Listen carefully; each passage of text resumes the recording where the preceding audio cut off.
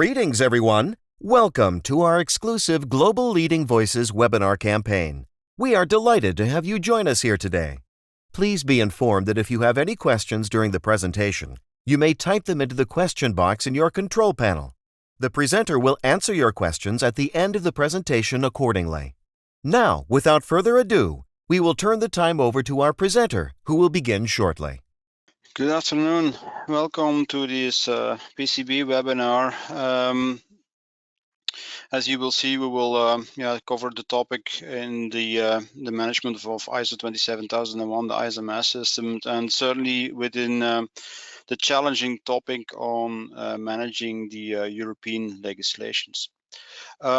Very important that I'm not alone today, so I will be joined by Jean-Luc Peters, one of my worker colleagues I've been working with for a few years, specialists also certainly in some of the current cyber legislations. Before we start with the presentation, I wanted to highlight a bit that we will be present and we'll be talking a bit more in the topics actually that we were covering in this short webinar today. Also on the PECB Insights Conference this year is organized in Paris, and there will be certainly quite some important topics also on the European legislations, including a webinar and a workshop, a hybrid workshop that will precede actually the conference this year in Paris. So have a look at it. I will be hosting the NIS Directive training course, for which we will discuss a quite important part of the topics of today. Right. First of all, what we will do during the agenda is first of all look into a bit of the requirements on the ISO 27001, both a bit on the 2013 version, which is the old one, now being replaced by the 2022 legacy versions in that sense. There's a very important part in the relation between managing information security versus legislation. So we will give a bit more overview. What is the difference between both of them, how you should act on it. And then, of course, the main topic of today is walking through the main EU cyber legislation landscape. And to close down the workshop of actually the presentation of today, we will give you a bit of hints, takeaways, what you should consider, what are the consequences actually of implementing this. And very important, how can you actually stay on top of the ever-changing cybersecurity legislation context, with a bit of hints and tips. And of course, as usual for these seminars, we will actually collect the information. So keep posting your questions in the chat window. We will make sure that we answer the questions, and the unanswered questions during the session will be covered in a special Q&A. First of all, published on LinkedIn, and later on in the next version, next publication of the PECB Insights magazine, you will have an overview of the questions, so you can always read these answers to the questions asked during this webinar. Right. First of all, let me introduce myself. I'm Peter, based in Belgium, Leuven. I'm a PECB trainer for mainly focusing on the topics of privacy, data protection, cybersecurity, and cloud security, and working also in the area in the consulting of ISO 27001, being a master and also an accredited trainer for that one. And today, Jean-Luc Peters is joining me for that one, but yeah, I will give him the floor actually to introduce himself. Go ahead, Jean-Luc. Thank you, Peter. I think that you're still displaying the initial slide, no? Or is it just related to my display? So I'm just pause and correct. So let me share and see the presentation on the. So in the meantime, there we go. So Jean-Luc Peter, I have over 20 years of experience in the security in the ICT domain. To be honest, it's more 30 years, still in counting, almost 30 years.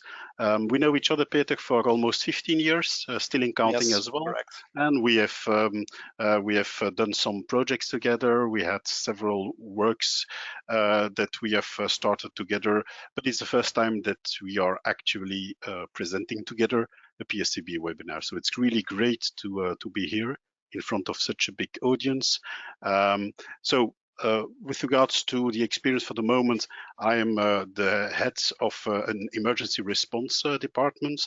I've been in the policy parts. I have had some operational experience in the ICT sector, in the cybersecurity sector, several certifications.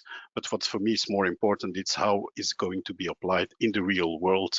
So I'm really more an applied technology / security and even / GRC guy. So back to you, Peter.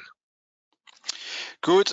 Before we give the floor actually to the EU cyber legislation itself, I think it's quite important, first of all, to do a bit of a quick recap on the ISO 27001. Lots of you have been you're looking at the changes. First of all, please be aware that from the 2013 versions, there are quite some changes, and that we are actually shifting from the Annex part of view from a 14 module Annex now into a 4-part module, meaning that we will shift in the organization of the ISMS into process, people, physical and technology parts, so A5 to A8 instead of A5 Annex into A18. Very important that although that the official controls being implemented and being required are now no longer 114, we've gone down actually in the new version to 93, but mainly there are no controls removed, and there's an updated Annex, also very interesting. Have a look at it in the Annex of the 2702. We will see a very nice mapping between the old and the new standards and the other way around. And very important that in the new standard there's an increased control also on data protection, privacy, cloud security and cybersecurity, and that's what we're going to focus right now on. What's the impact of cybersecurity? What we will focus on today a bit more in the legal part, of course, and it might be interesting to locate actually the requirements in the standards where you're forced or actually asked for having a look at the context of the organization and specifically on the legal part in that sense. I've added some slides referring to the 2013 version because lots of companies are still moving or still certified for the 2013 version and planning to move into the new versions the next year. As we know now, it's being updated in the next few weeks and months. So you will be confronted actually with the update on the requirements. But looking at the 2013 versions, actually there are a few parts where you should actually build in some references to the legal requirements. And first of all, in the context of an organization, so what you do, what's the business that the company is about, it's quite important because that will actually signal or indicate which legislation you should have a look at. And of course, interested parties, not only customers and suppliers, but also the governmental requirements are an interesting part actually for proving compliance, and they will influence you in how to implement the ISMS. And what you will see also if we discuss the topics on legal, there's an increased focus on risk management. So in clause 6 and 8 for the planning and the execution of your risk management is an extremely important part. And you will see actually that in the new European legislation, there's a huge focus actually on risk management. So it will be risk-based approach as one of the main topics today. And of course, in the previous version, module A18, which is compliance with legal and contractual requirements, will pop up. Not only the legislation itself, but very likely that your customers or your suppliers will point actually to the same EU legislation to be compliant with, right? In the controls, the Annex, main focus on A14 for system acquisition development. You will notice that in the European legislation, there's an important part on product security. I will cover that one a bit more in detail later on. And then certainly supply chain and supplier relations, which is the old 8.15 module, which demands you actually to take control of the relations with your suppliers. And of course, in cybersecurity, incident management and business continuity will be increasingly important to take care of, and that's what we will discuss later on today. If you make the switch to the new standard 2022, you will see that the clauses are pretty much the same, except that now the A18 has moved into a higher level, A5, and more specifically the A531 is referring to the legal, statutory, regulatory, and contractual requirements. So the numbers have shifted, but in essence, the requirements have stayed the same in that sense. And then if we look into the consequences of the annexes, you will notice that instead of a large grouping that we had in the 14 modules, now we will have the 4 groups of 5 groups actually in the annexes. And the specific requirements are actually moved into specific topics, as we mentioned. You see, for example, the system acquisition, staff and development, maintenance. The previous, the A14 is now the A8, 26, 27, 29. Supply relationships, the A15 is now moved into topics, and there has been updates also in the new standards to maintain security in relation to your supply. So there's a very specific topic, for example, also supply chain security to be implemented. Incident management and business continuity management has been pretty much the same. It has been redivided in a few other topics, but you can actually see the old A16, old A17 popping up in the new standard.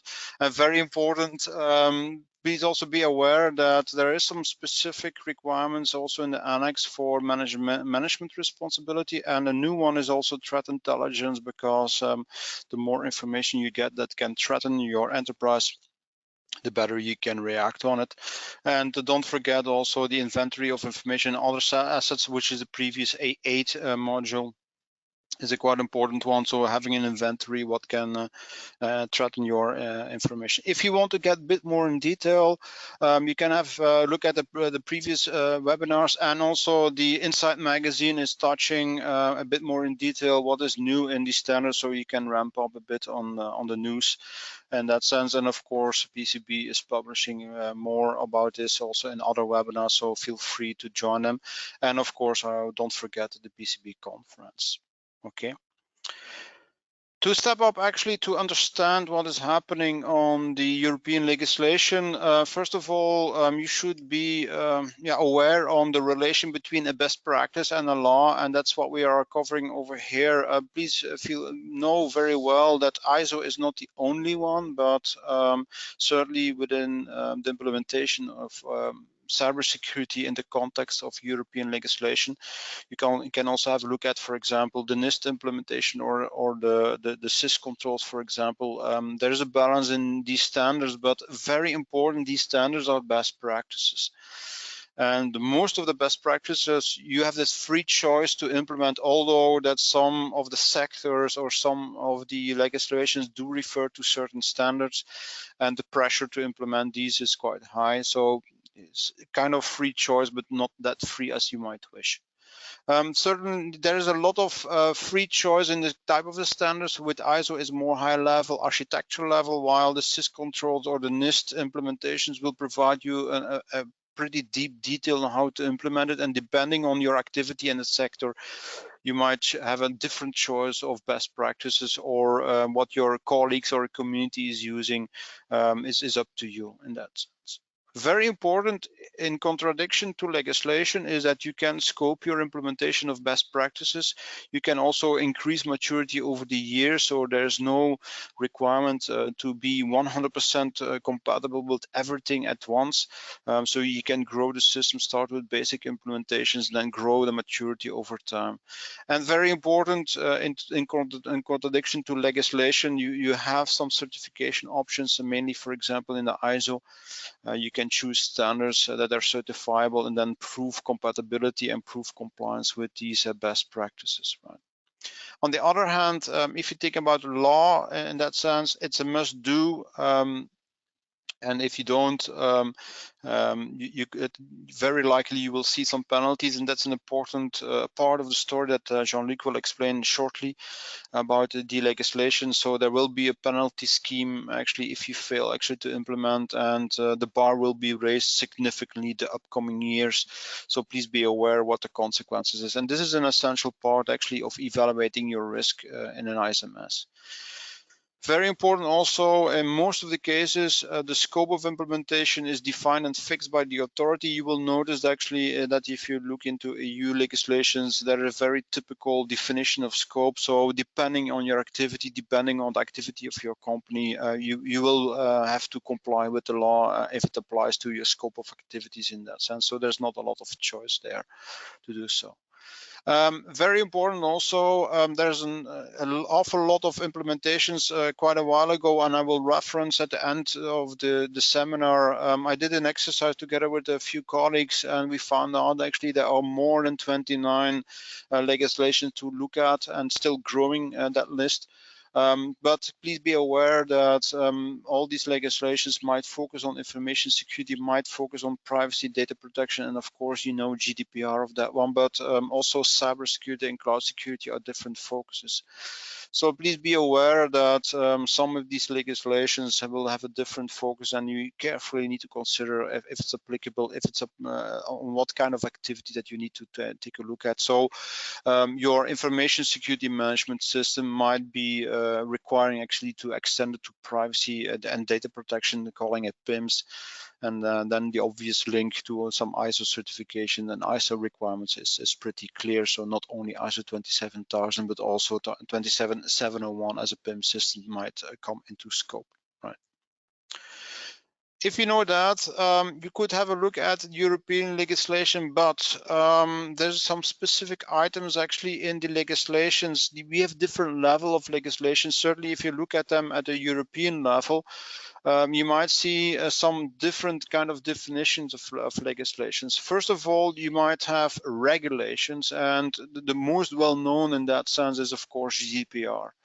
The other ones are directives, and I will explain a bit more in detail what the consequences of a regulation versus directive. And next to these two legislations, there might be also some other documentations that point out what you could do and what you need to think about and how to evaluate the risks.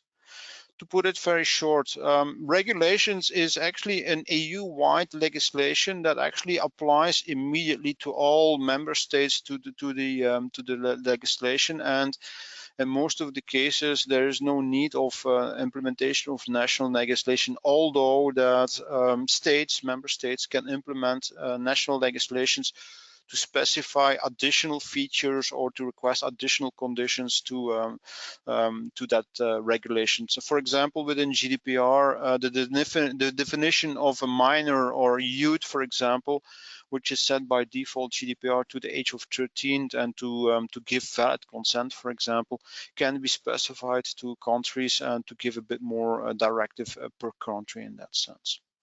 Second part of legislation you might see are directives, and for example, the privacy directive, which actually has been preceding GDPR, is one of the examples. In that case, it's a sort of directive of guideline on European level, but still the countries and the member states must implement national law, which also means that in many cases, as a publication of a directive, there's some sort of timeout, and we will explain later on a bit more in detail, that actually the national law needs to be implemented. And in that case, for example, a directive will demand for a time frame of 2 years, for example, to implement national law. And in that case, the implementation itself is set on national level based on the directive on a European level.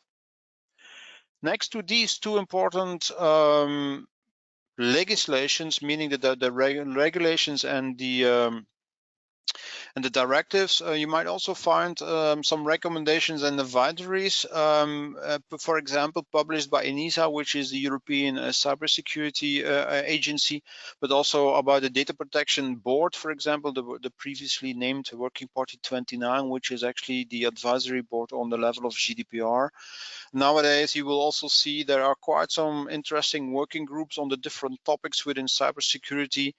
Also on the level of artificial intelligence, we will cover later on. So please be aware that there are quite some recommendations and advisories you need to take care of when considering European legislation. And of course, you will also see that these main groups authorities will provide some opinions and interpretations, because in many cases the law is not always clear or not focused enough, and you will see actually that there will be some implementing acts or some additional legislation that will define more specifically how the law needs to be interpreted or implemented in many cases. And last but not least, based on jurisdictional cases, court cases, you might also see that there is a forced implementation or forced interpretation of this legislation. So have a look at, in many cases, you will notice that ENISA, the Data Protection Board, or even the European Court of Justice will publish certain cases which will force actually certain implementation in that case.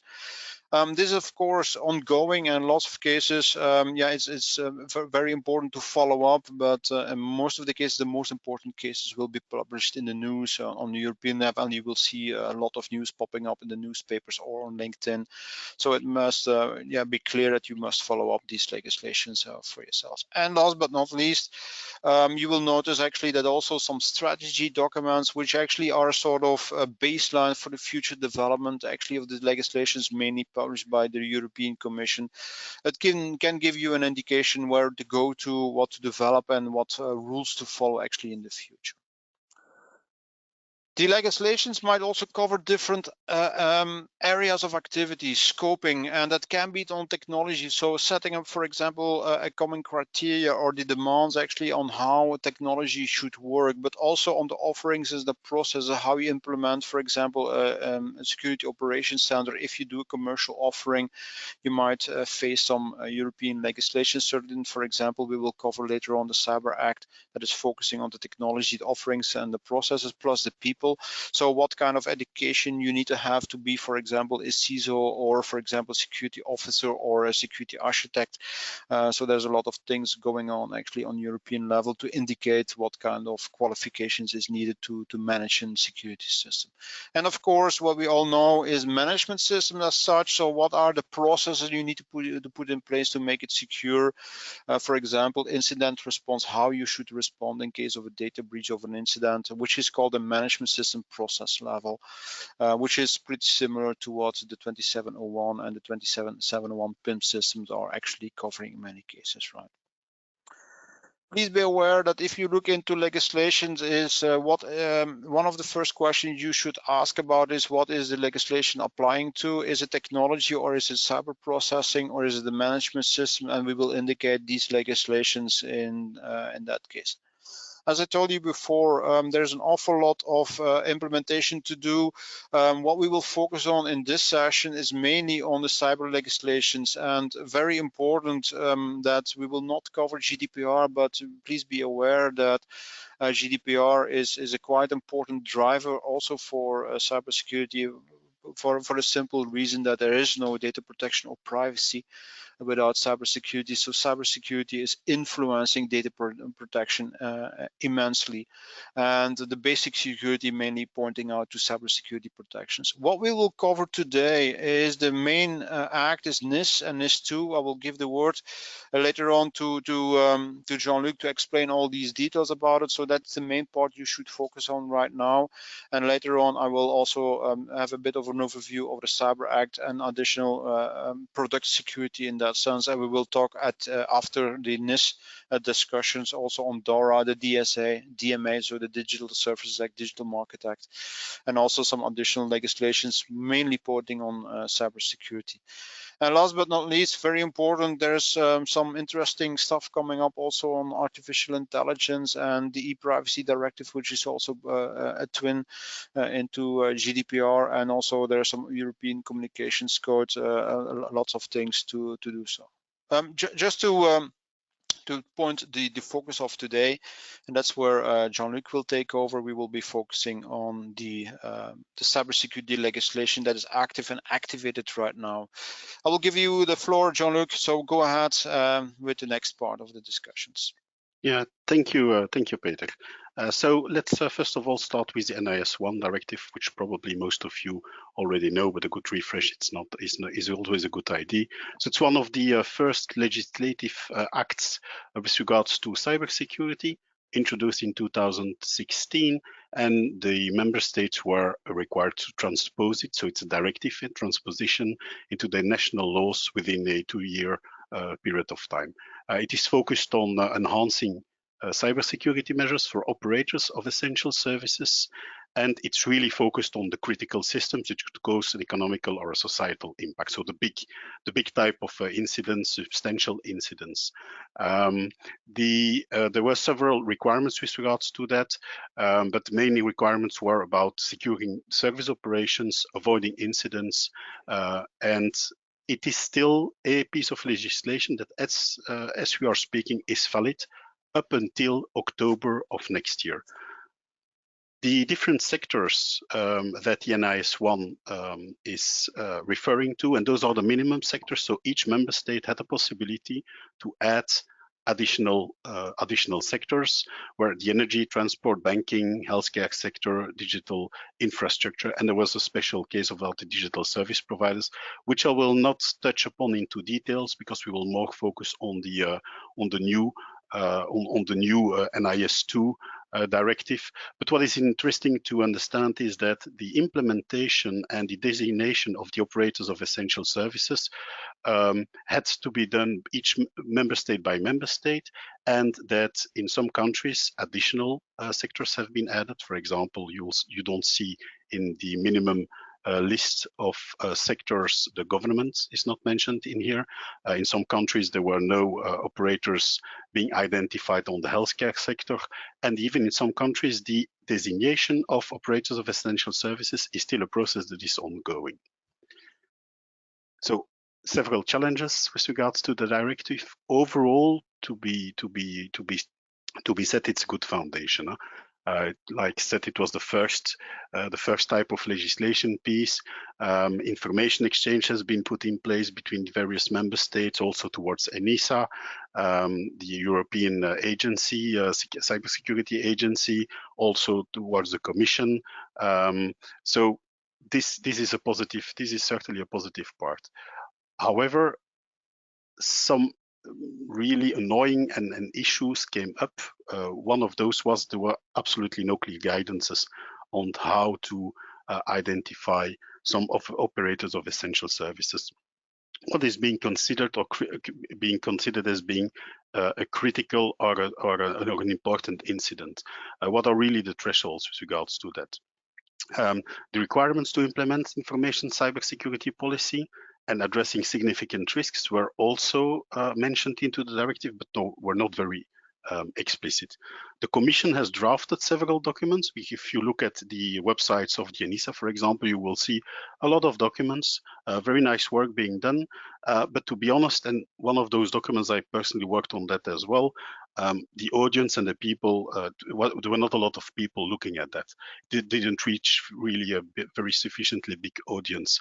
And those were basically non-binding documents, to be honest. The enforcement and the supervision, as far as I don't know about operators of essential services that really have been fined or whatever with regards to that.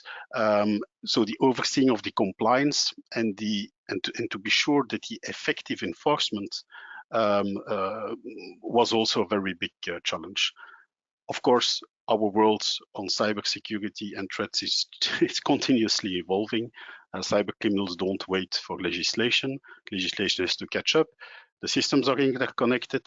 We have connected cars. We have 5G. We have 5G being deployed all around the world. We have artificial intelligence and all the stuff like that. So how are we going to handle that one?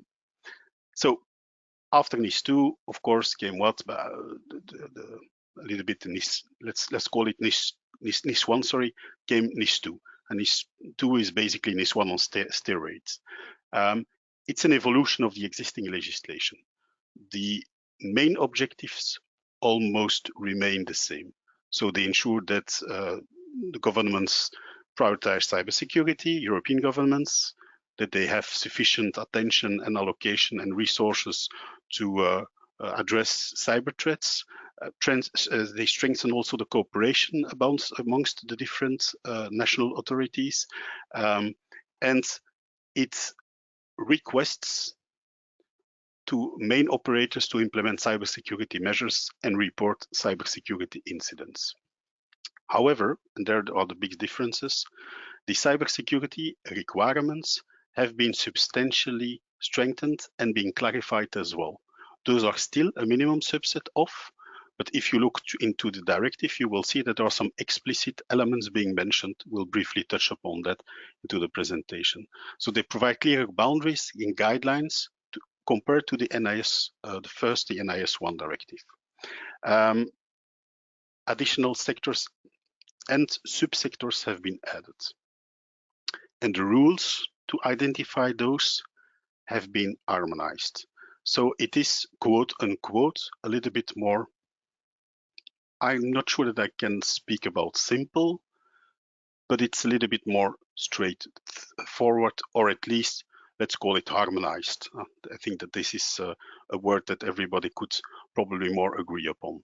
Incident reporting notification guidelines and also the thresholds have also been explicitly mentioned about that. So very clear guidelines and timeframes as well for the notification. What will probably be interesting is to see that the shifting of the discussions in the future will be more not on the fact of an operator having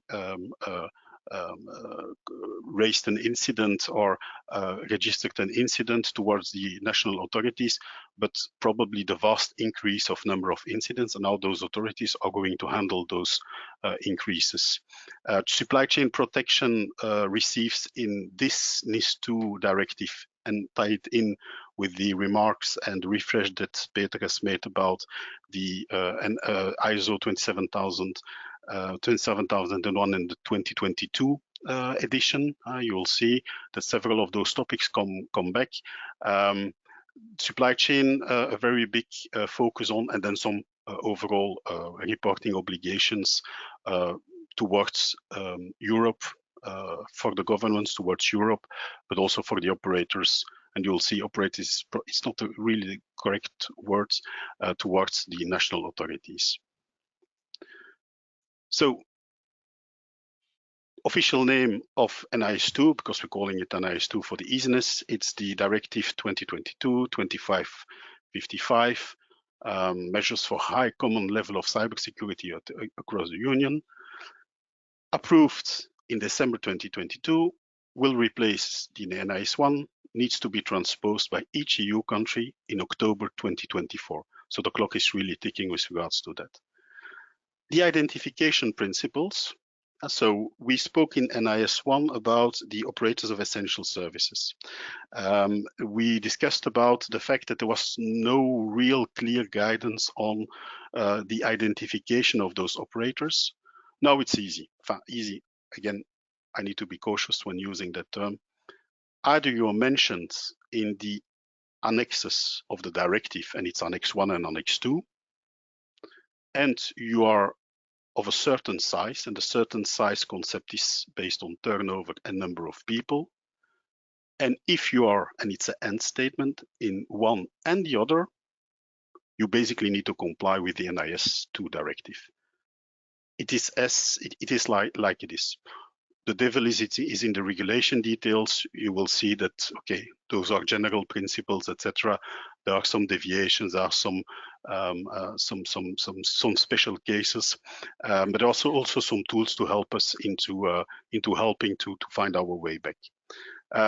The NIS2 speaks about two important concepts. So forget the concept of operators of essential services. They speak about important entities or essential entities. So essential entities, it's basically large companies and large companies that are mentioned in the first annex. So everything that is in the first annex that is a large, that is in the first annex is providing what they call critical services and is basically potentially an essential entity. Essential entity is basically the size. So if you have over 250 or plus employees or an annual turnover of 50 million euros, and you are mentioned in the Annex 1, you are an essential entity.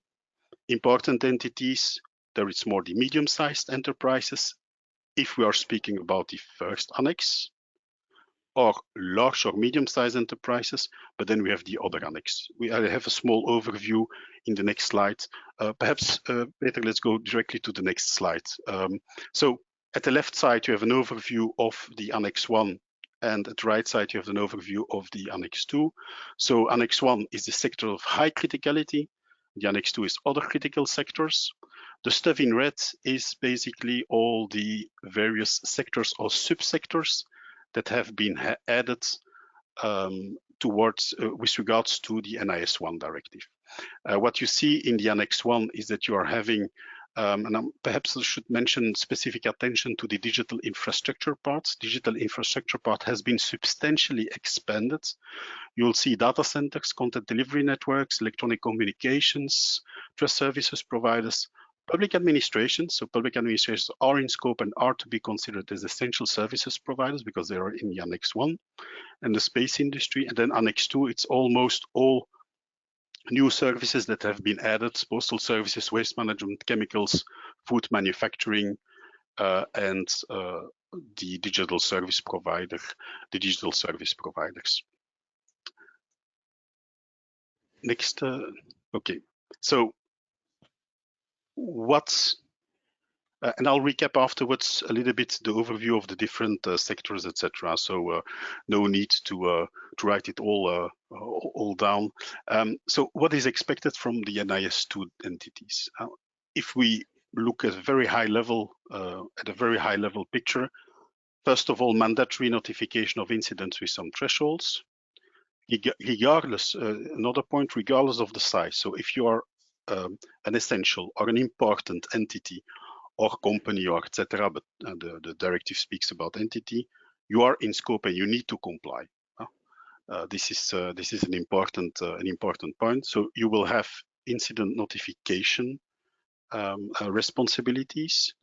There will be accountability up till the management board, and even individual responsibility. We'll touch upon that afterwards, because they are the classical risk management and the security measures that need to be applied, and there is a minimum list of security controls or measures that needs to be handled from the NIS2. And then there is a very special attention as well for the protection of the supply chain, which is in the interconnected world a logical part. For the incident notification, and the first one is very similar with the NIS1 Directive. There is a requirement to notify incidents that have a significant impact on the provisioning of the services. Which services? The critical services, the impactful services, etc. Impacting what? The classical CIA triangle: confidentiality, integrity, and authenticity, and availability. Sorry, and authenticity is being added as well. But it is not only an incident that is occurring, but it's an incident that has a potential or has a capability to cause a severe operational disruption. This is important to notice. So you have at one side the potentiality or the possibility to cause a serious operational disruption, and on the other side, on the other part, you have also the option of eventually, and it's also operational, it's also financial loss, to be clear. But the other one is also capable of affecting other natural persons, other companies, or legal person. So if it can impact some other companies, if there can be a spillover of a cybersecurity incident to other companies, and you are in the NIS scope, or to harm some people, human persons, the incident notification will be mandatory. The thresholds being defined, this is a new one, wasn't clarified in the NIS1. So basically have a three-step approach, even 4 or 5 steps, it depends upon that. Of course, the NIS also speaks about the fact to be obliged to notify the customers. This is, of course, but an operator, not an operator, an essential or important entity, let's call it an entity in general, will need to provide to the national authorities, also called the C-Search, within 24 hours an early warning. Minimum information to include what could be the potential impact, and do we need to worry about potentially other sectors to be impacted, yes or no. Then a complete incident report within the 72 hours of the learning about the incident, although there are some, it can be eased in some circumstances as well. Depends on the incident, it depends on stuff like that. If it's technically not possible within the 72 hours to provide a full detailed impact analysis, and doesn't mean that within 72 hours the incident needs to be contained. But if it isn't possible, then there will be the possibility to provide some interim reports. The governments can also ask to have some regular updates and progress reports about the incident. How is it progressing, etc. And normally, in principle, within a month, a final report needs to be submitted with a post-incident review. Then there is a last one. I find it always very strange to have this in a piece of legislation, but okay, it is what it is. It is the fact that any company, entity can also provide some feedback and report some other incidents or near misses on cyber threats. And even companies or organizations that are not into the NIS2 scope can also report some incidents. Voilà. This is, it seems to me rather logical that you always can report an incident, but it has been explicitly mentioned. In NIS2, a new article and a new focus. It's even 2 articles, I think. It's about the management, accountability, and responsibility. So similar to the ISO 27001, about the management responsibility and the buy-in of management. Now it has been put into the directive. They need to approve the cyber risk strategy, the management measures, so the risk management measures or mitigations that are being put in place. They basically need to understand what they are deciding about that. They also need to ensure that they follow themselves the cybersecurity training so that they are aware of, and that they also have the possibility, or that they give the possibility to the employees to be trained as well. So those elements are mentioned as in the directive and will all be transposed into national legislation. There will be an aspect of liability for non-compliance, but it even can go up to individual responsibility and individual liability. So it could have some far-reaching consequences. The practicalities are being worked out for the moment, but the overall tone of voice and the overall thing is management needs to know about cybersecurity, needs to know what they are taking as decisions and how they are going to handle and manage the risks in general. From the security risk management measures, and those are explicitly mentioned in the directive as well. From a risk management point of view, all hazard approach, of course, the proportionality, but this is in all laws and legislations the case, and the fact that state-of-art or international standards can be used with regards to the security measures that you're going to put in place. And then we have the summary of the different aspects. The minimum aspects, small notes, member states could decide, and especially for essential services providers, so the large companies, the bigger operators, those that are in the Annex 1, being mentioned, to add even some additional measures. And we have the risk analysis aspects, incident handling, business contingency and business continuity measures, supply chain security, handling that, everything that is related to the acquisition and the software development and the maintenance of software, some basic computer hygiene and trainings to be provided to everybody, and not only, and also for the management team, cryptography and encryption aspects, the human resource security, and then explicitly also the multi-factor secure voice aspects.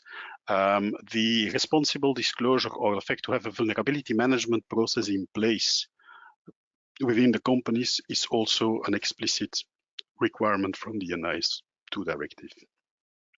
So from a overall supervision point of view, what is important to understand is that the supervision will be very much focused on the essential entities, and they will have more stringent and will be more enforced than for important entities. For important entities, the controls will be more happening post than prior to. A little bit similar than in the NIS1, we had the digital service providers. Digital service providers provision was a little bit like that as well.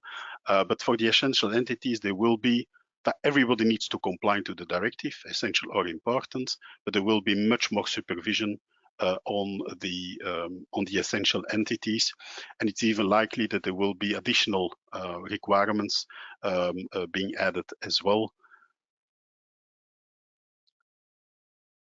So from a penalties point of view, the penalties are rather potentially big.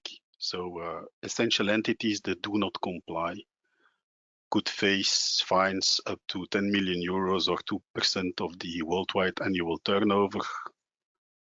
The important entities can go up to 7 million euros and 1.4% of the annual turnover.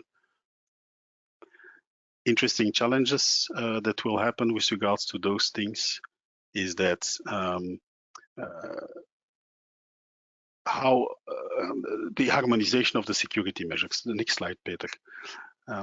So the harmonization of the different security measures. There is still a risk, and this is a possibility of the member states to have the minimum subset, but that they add some additional cybersecurity measures as well, or impose additional oversight mechanisms to the operators or to the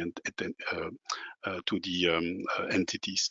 There is a specific provision, which is the Article 21.5, which is specifically for digital IT service providers, for which there will be an implementing act being published.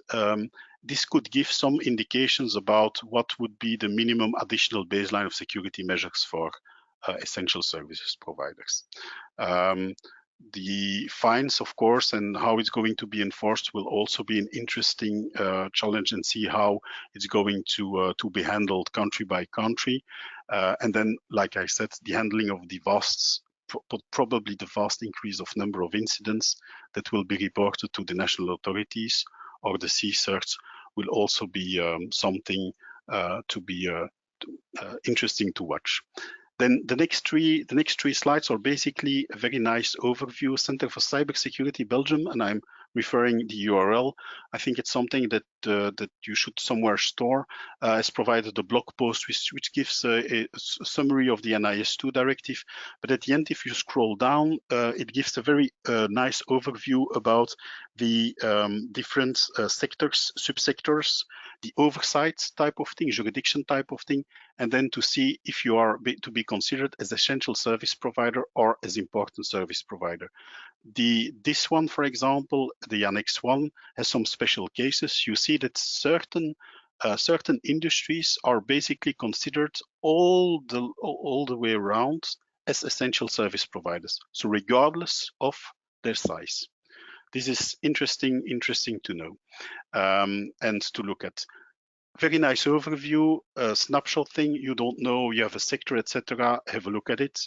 Then the important, so the Annex 2, all the Annex 2, like I said, those are the important entities. All those important entities, regardless of the size, they're all considered as important entities. But you will see that in some of the sectors, there is oversight that will happen only within one member state where the main when the main office is being established. It's mostly with the sectors that are related to, and I think it's even mainly with the sectors related to the digital treatment, data centers, social media stuff like that. So with regards to the NIS2 solid basis, referring to also a nice work also published about the cybersecurity fundamentals. So Center for Cybersecurity published a cybersecurity fundamentals framework on different levels. But if you look at the essential level of cybersecurity, you will see several interesting stuff for people who are working on a daily basis in the GRC aspects and providing consulting and consultancy to customers. The mapping between the ISO 27001, the most recent version, and also NIST has also included the elements that are for the moment being defined into the NIS2 Directive as well. So have a look at it. Have a look at it. It's if you need to choose a standard. So the bottom line is, if the timing is short. Next year will be transposed. Organizations will need to be prepare about that for sure. How they can prepare by taking a standards approach. You can't do anything wrong in the country. It's better to have those type of approaches, and there are several tools and elements that are being published. An important thing to watch out, and then it's will be also what ENISA will be providing and publishing. Then NIS2 is also linked to several other legal aspects. We have the Critical Resilience Directive, DORA. Peter will briefly speak about that one. What is important to understand is from the Critical Entities Directive, it's more about increasing the resilience of critical infrastructure. It's more the physical part. But if you are an operator which is in scope of the Critical Entities Resilience Directive, you're also automatically being considered as, for those services, as an essential service provider. In the overview, visual overview, I've shown there is one column where you see CER, SEC. This is basically the line. You are being identified or in scope of that directive. You will have to comply with your ICT systems on the level of essential services. Then I think that the last one is I've added some references about the SEC, about the visuals, if you want to have a look at those. Back to you, Peter. Yeah, we will make sure that in the question and answers and the collaterals which are published, these links are available anyway. The presentation and the recording will be available, so you can always use these links and investigate yourself. So there are quite some important other legislations actually hooking up or linking up to the NIS2 and the CER, and already Jean-Luc mentioned the DORA. In essence, a few weeks ago, a few colleagues, peers on LinkedIn and on the same network actually made an exercise. They ended up with 29 legislations, including GDPR and some fundamental legislations. And we will not walk through all of them, but I wanted to highlight a few that are at least on the level of cybersecurity are quite important. And one of the first to mention is DORA, which is Digital Operation Resilience Act, and the focus of that one is financial institutions. So it has been published together with the NIS2 in the same publications, referring to pretty much the same level of requirements in many cases. So the DORA itself is focusing specifically on financial situations, so it's more narrow to interpret as what the NIS is doing. But you will notice actually there are quite some other implementations. We mentioned already cyber resilience. I mentioned it before. There will be a bit more links also at the end of the presentation. Have a look at it. Please remind that the CER directive, so the was already published in 2008, so it has been updated now to align with the other legislation to make it more uniform in that sense, and with focusing, as Jean-Luc mentioned already, more specifically on the physical infrastructure. Another one already available for quite a while is ADAS, and this is more specifically in electronic identification and trust services due to the increased use of certificate management, smart authentication, multi-factor authentication. So the ADAS legislation will become more and more important. Signing of electronic documents, authenticity of electronic documents becomes very important to keep trust actually in these digital services, and ADAS is a regulation that sense that will force actually the use of electronic identifications more European widely. So if you're working in that sector or using signed or certified services in that sense, it might be very important to have a look at it and to comply with it, which is ADAS is not that easy to implement, and certainly if you need to comply with additional rules on electronic identifications. There is more to provide. We will provide a collateral page on LinkedIn as we usually do for this webinar. Also, as mentioned before, we will have the Q&A and some additional references featured in the next magazine by PCB.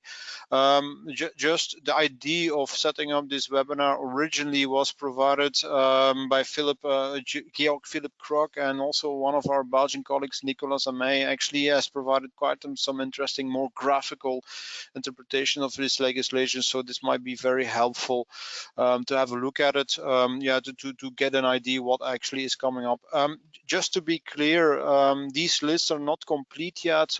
They are changing all the time, so more discoveries coming up, more legislation are coming up. So this is one of the things I wanted to point out in the last part actually of the presentation. Just keep aware of the upcoming legislation. So lots of them are the legislations are already announced, not active yet. The NIS1 is active right now, still waiting completions and implementations on national level. So I wanted to point out a few things that actually you should be aware of that will actually make you considering the risks that is applicable to your organizations or your customer or your customers or suppliers in many cases. So first of all, as explained by Jean-Luc, think about the business context.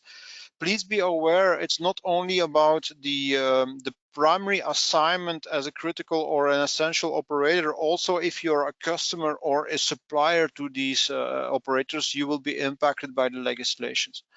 Very typically, as explained, also the sector the type of organization within the sector is a quite important one. Please be aware that NIS2 is extending the scope significantly.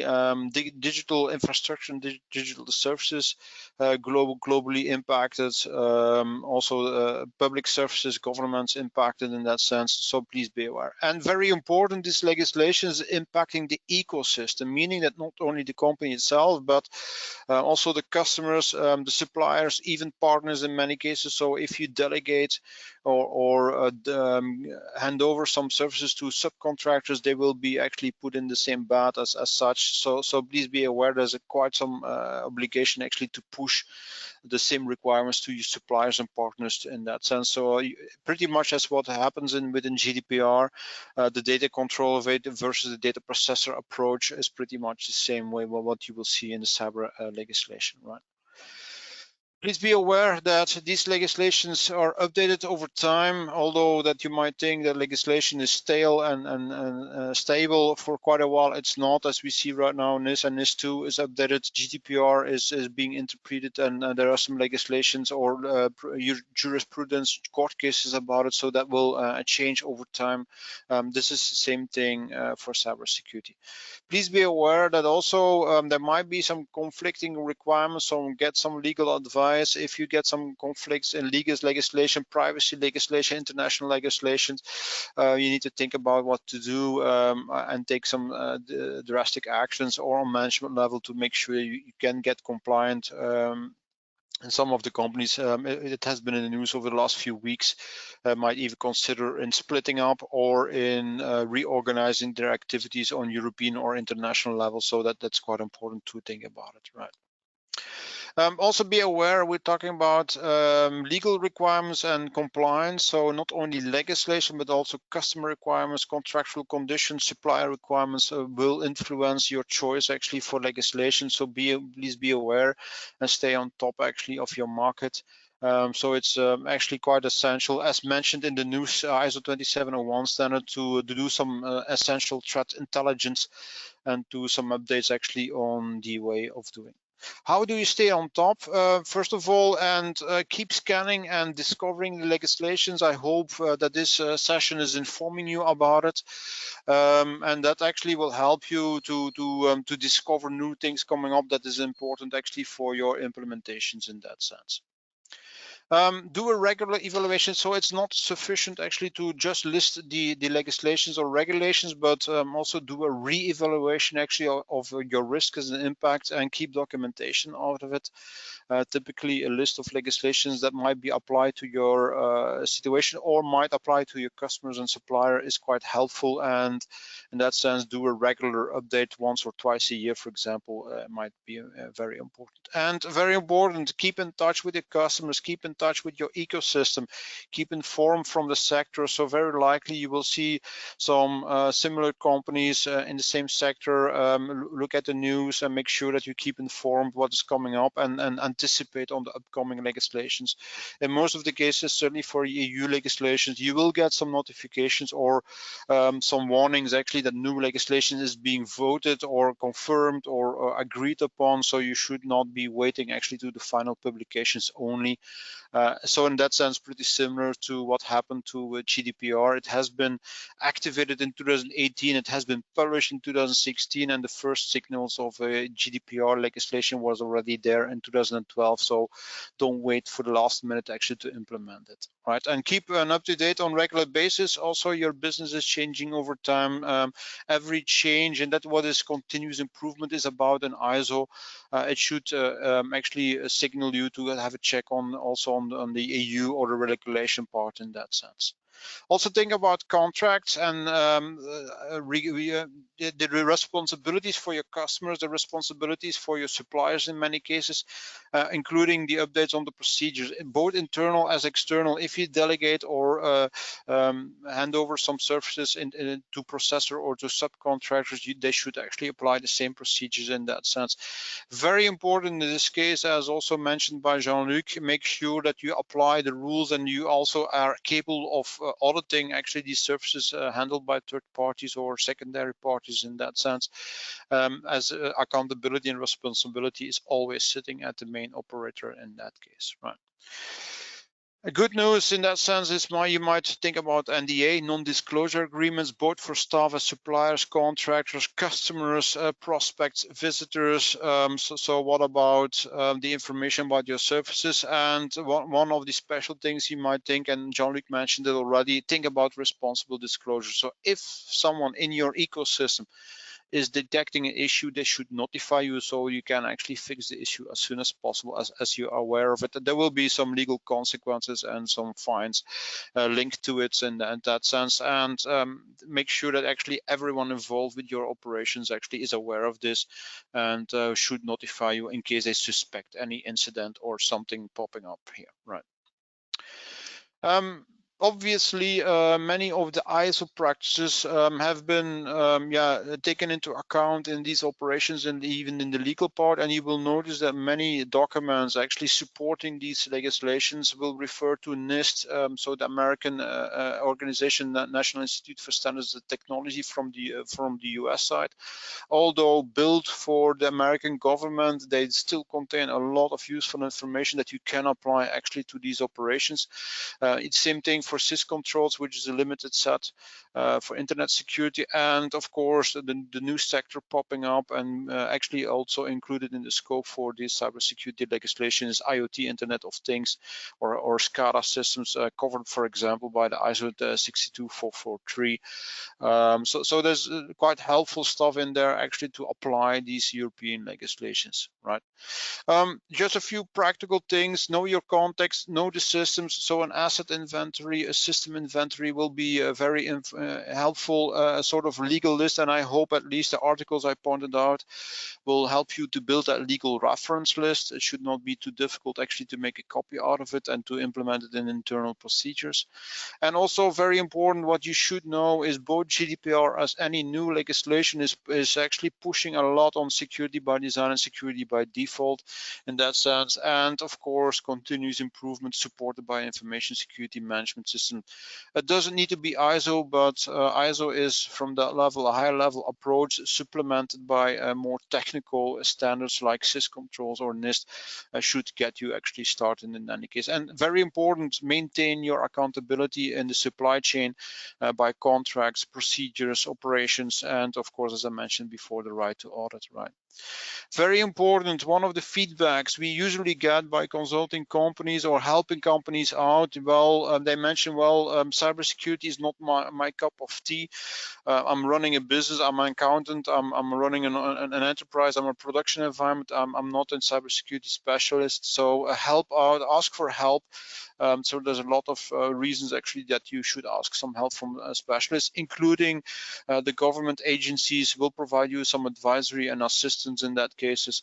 And if you want to get a bit of an overview, you might have a look at the SEF framework, security controls, secure controls framework, which is an open source platform, by the way, which actually is mapping all possible standards, syscontrols, NIST, national standards, international standards, actually to the requirements of this legislation. So I hope actually that you can put it in. So you only need to register for free and you can get access to Excel sheets and all the mapping lists to do so, right?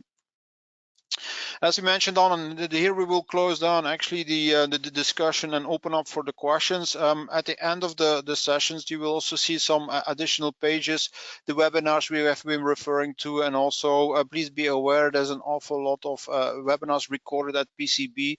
If you go to the pcb.com webinar section, you can also look for the past webinars, not only for 2701 or 2702. You can ask about enterprise security, 2705 risk management. So just a few examples here that you can see a lot of extra material after this webinar, including all the references we will publish in the event collaterals, but I will make sure that you get access to that one later on. And of course, the original post actually that initiated, actually that was actually based as an idea actually for this this webinar. And of course, very important, and just to repeat, we can, we will meet each other probably also at the PCB conference in Paris in that sense. So have a look at it and look forward to it. That will open up the floor actually for the Q&A. So what questions did we got? We still have a few minutes, I think, to answer a few questions. All the rest that is not being answered for today will be answered in the webpage, and we will publish the Q&A also in the next PCB Insights magazine. Okay, thanks a lot, Peter and Jean-Luc, for delivering this very informative webinar. Okay, we'll just take the time to answer just some of the questions since there is no time left, and then afterwards we will collect all these questions and answer. They will be answered by you. Okay, now we'll go ahead and answer one of the questions, which is, would national authority be governmental entity like GDPR authority control? And the I will leave the details about that one in Jean-Luc, but in essence, there is an explanation in the NIS2. It will be pretty similar to what GDPR is, although that it might be possible that the National Authority for Cybersecurity is slightly different approach in the sense that in most of the cases there is one authority per country, but the NIS2 gives a bit more freedom in that sense to assign the national authorities on cybersecurity. Can you give a bit more insight on that one, Jean-Luc? I think that's a good question. The answer will probably depend on the way countries by country decide to implement it. The Cybersecurity Act had the possibility to, or provided the possibility to create some inspection services. So there will be some countries who will use and leverage the fact of those inspection services being created so that they can provide the type of oversight. But the exact technical details with regards to that, this is something that is an interesting question, but I'm not sure we have a clear visibility upon that. I do know how some countries will do it or likely do it, but as long as it's not being transposed into law, it's a little bit tricky to make a final statement, and to discuss about those. So it's something that if there is information, available information, we can provide it, but if it's still part of the undergoing discussions, I would be a little bit prudent with regards to that. Yeah, ENISA will be publishing the list of authorities, like also, for example, the National Emergency Response Team and so on. So ENISA will be very likely compiling actually the final answer to that one in the next few weeks, if not months, as soon as the national legislation have been published in that sense.